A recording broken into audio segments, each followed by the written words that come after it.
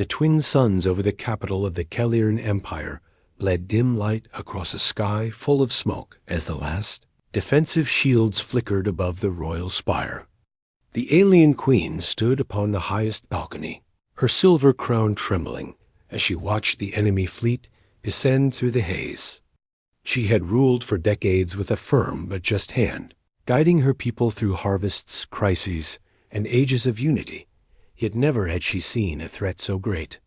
The invaders called themselves the Vornith, a species bred for war with towering frames, iron-scaled skin, and a relentless hunger for conquest. They had broken through every outer defense line, crushed every allied fleet, and now hovered at the edge of her capital, ready for the final strike. Her generals had fallen, her admirals had been outmatched, and her strongest champions lay wounded or missing. Every remaining guard was ordered to protect the inner palace at all costs. But even they knew it was only a matter of minutes before the Vornith would breach the walls. The queen felt the weight of entire civilizations on her shoulders as she prepared herself for the end. Then she looked down at the courtyard far below. Citizens had gathered despite the danger, drawn to the palace as the last symbol of hope. Among them stood a lean figure in simple clothes, a human. His name was Rai. He had arrived on Kalira months ago as a traveler seeking work on the frontier, carrying no weapons, no royal bloodline, and no combat reputation. He looked like any man who had known hardship, but refused to break under it. The queen did not know him, and at that moment she did not realize he would become the most unexpected force to ever change the fate of her empire. The ground shuddered as explosions echoed across the horizon. A Vornith warship broke through the last shield and unleashed a blast that tore apart the entry towers. Palace guards roared commands and rushed to form barricades. Rai watched the sky with steady eyes. Fear gripped the crowd, but it did not reach him. Something within him had awakened the moment he saw the queen standing alone against a fate no ruler should face. He felt the old instinct he had buried long ago rise inside him. The instinct that once belonged to a soldier. He stepped forward. Guards shouted for everyone to fall back, but Rai pushed through, moving with purpose that drew attention even amid the chaos. He reached the inner gate where the queen's captain stood directing troops. The captain raised his spear. He demanded Rai return to the safe zone. Rai refused. He spoke calmly and told the captain he needed to reach the queen. The captain nearly laughed at the absurdity of it, but paused when he saw something in Rai's gaze, determination, precision, the kind found only in those who had faced the impossible and survived. Before the captain could decide, another explosion rocked the courtyard and the outer wall collapsed. Vornith warriors stormed in, towering beasts wrapped in dark armor. Screams filled the air. Guards engaged them in a desperate struggle. Rai moved with surprising speed. He seized a fallen guard's staff, spun it with practiced ease, and struck the first Vornith attacker in the throat. The beast fell with a thunderous crash. Another charged. Rai ducked under a swing that would have crushed a lesser fighter and drove the staff into the joint of the creature's armor. Again, the creature fell. The guards stared in shock. The captain realized this human was no simple traveler. He ordered his soldiers to clear a path and escorted Rai toward the upper floors. The queen heard fighting rising through the palace, growing closer with each moment. She turned from the balcony, believing the enemy had breached the inner halls. Her advisor ran in breathless and shouted that reinforcements had arrived. She expected to see one of her generals. Instead, a lone human stepped forward. Rai bowed respectfully but urgently. He introduced himself with a steady voice. The queen blinked in confusion. A human? At this critical moment? She asked why he had come. His answer was simple. He could not stand in the crowd, and watch an entire people fall while he still had strength left to fight. Something in his words struck her deeply. She sensed no ambition, no desire for power, only unwavering resolve, and the stubborn bravery humans were known for across distant stars. Before she could respond, the palace doors burst open as Vornithalites surged inside. Rai moved before anyone else. He seized a fallen weapon from the floor, a blade crafted by Kaliran artisans and glowing with inner light. In his hands it felt natural. He met the first elite with a strike that cracked its armor. The second swung a heavy hammer, and Rai narrowly avoided it by shifting his weight. The queen watched in awe. This human fought with an efficiency that her finest warriors had trained decades to achieve. Yet there was more. Rai fought not only with skill, but with purpose. A purpose that burned in every motion, as if protecting strangers was the one calling he had always known. The queen ordered her guards to rally around him. Rai led them through the corridors, turning each corner into a defensive stand that slowed the enemy advance. They reached the central chamber where the control nexus for the planetary shield lay damaged. Rai examined the interface.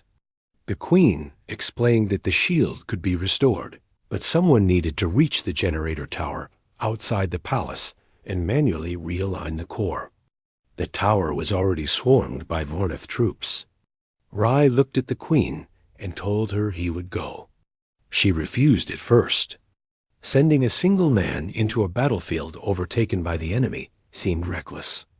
But Rai insisted and reminded her that waiting would cost them everything. The queen saw that she had no other choice. She gave him her blessing. Rai sprinted through shattered hallways and leapt over fallen pillars. He moved with the instincts of a veteran, though he had abandoned the life of war long ago. The memory of lost comrades echoed faintly in his mind. He had sworn he would never fight another battle. Yet here he was, risking everything for people who were not his own. But that was humanity's nature. When others called for help, humans listened, even when no one expected them to. The tower loomed ahead, flames pouring from its base. Vornith soldiers guarded the entrance. Rai charged forward. He clashed with them in furious combat, weaving through their brute strength with agility they could not match. He scaled the tower supports, gripping scorched metal as energy blasts streaked past him. He reached the alignment core at the top and began recalibrating the conduits. His hands moved quickly. The machinery groaned, and the energy beam flickered unsteadily. A Vornith warrior climbed after him and swung a blade that tore into the tower frame. Rai blocked it with the Kaliran blade and countered with a strike that sent the creature falling. With a final pull of the lever, the shield beam roared to life. Across the capital, the protective barrier formed once more. The sky lit up with renewed strength. The queen saw the shield rise from her balcony and felt a surge of hope, unlike anything she had in days. She realized Rai had done what her elite forces could not. He had given them a second chance. The Vornith fleet, unprepared for the sudden restoration of the defenses, reeled in confusion. Allied reinforcements from nearby systems detected the energy spike and surged toward the capital. What had seemed like the final hour turned into a turning point. Back at the tower, Rai descended but collapsed from exhaustion and injuries. Palace guards rushed him back to the queen. She knelt beside him as her healers worked to stabilize him. She thanked him with a sincerity that carried the weight of millions of lives. Rai told her he only did what needed to be done. The queen felt something stir within her, a mixture of admiration and deep respect. She realized she had misjudged the silent human in the crowd.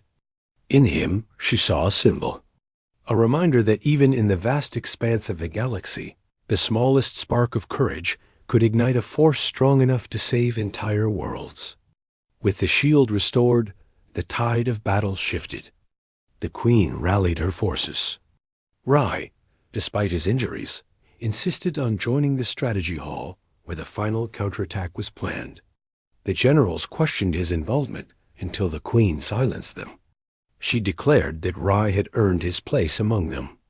Together, they mapped out a coordinated strike that exploited the Vornith fleet's temporary disarray. The plan worked. Kaliran ships launched through the newly stabilized shield gateway and struck key enemy vessels.